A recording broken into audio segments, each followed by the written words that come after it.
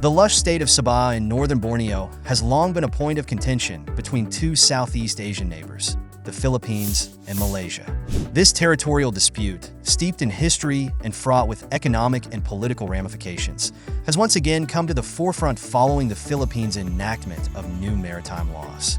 The Philippines' newly signed Philippine Maritime Zones Act and Philippine Archipelagic Sea Lanes Act aim to assert its sovereignty and define its maritime boundaries. While these laws primarily focus on territorial waters and exclusive economic zones, they also reaffirm the Philippines' dormant claim over Sabah, a claim dating back to agreements made in the late 19th century. This move has drawn strong objections from Malaysia, which views Sabah as an integral part of its federation. Malaysia, in response, issued a formal diplomatic protest against the Philippine legislation. Deputy Foreign Minister Mohammed Alamin emphasized Malaysia's firm stance, asserting that Sabah is and will always be part of Malaysia. The Sabah state government has also referred the issue to federal authorities to ensure a unified national response. This highlights the sensitivity and importance of the Sabah issue in Malaysian politics and national identity. To understand this ongoing conflict, we must delve into its origins. In 1878, the Sultan of Sulu entered into an agreement with the British North Borneo Company. The key point of contention lies in the interpretation of this agreement. The Philippines argues that Sabah was leased to the British, not ceded, and thus sovereignty over the territory was never relinquished.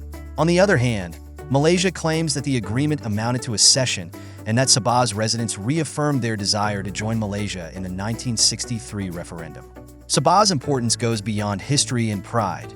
It is an economic powerhouse. In 2023, Sabah generated RM7 billion in revenue, contributing significantly to Malaysia's gross domestic product.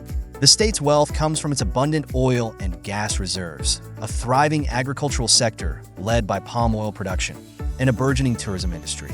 For Malaysia, Sabah represents not only a cultural and historical heritage, but also a vital component of its economy.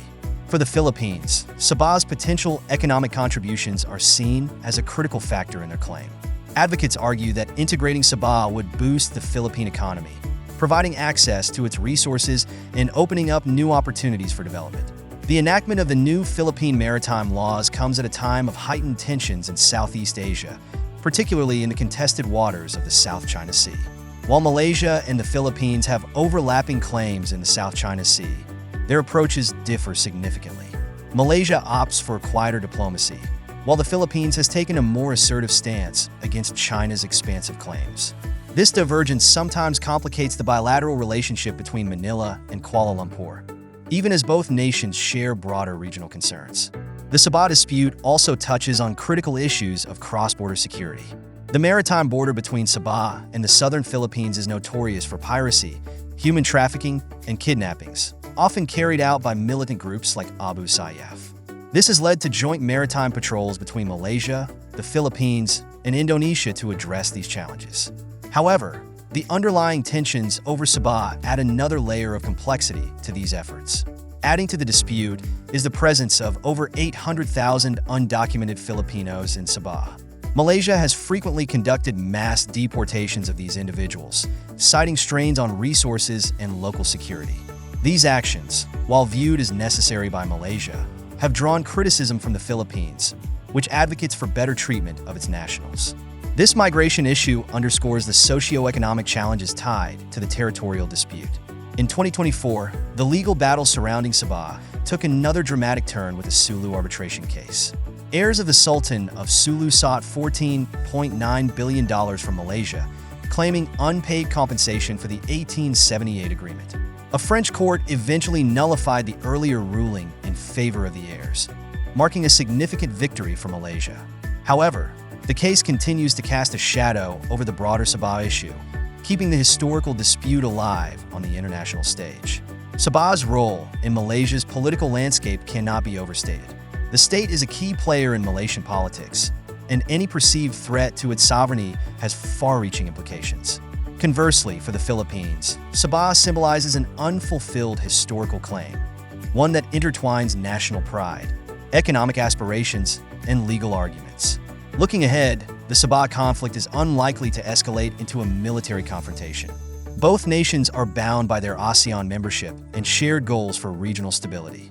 However, the issue remains a significant hurdle in Philippine-Malaysian relations, one that requires careful diplomatic navigation. The question now is whether this dispute can ever be resolved. Will history give way to diplomacy? Can economic and security cooperation override deeply rooted territorial claims? These are the questions that continue to shape the Sabah narrative, a story of history, pride, and the enduring complexities of nationhood. What do you think about this long-standing issue? Should diplomacy prevail, or does historical justice demand a different outcome? Let us know your thoughts as we continue to explore the stories that shape our region. Thank you for tuning in. If you found this valuable, please show your appreciation by giving a thumbs up and subscribing to OHA News Asia, your trusted source for knowledge always at your fingertips.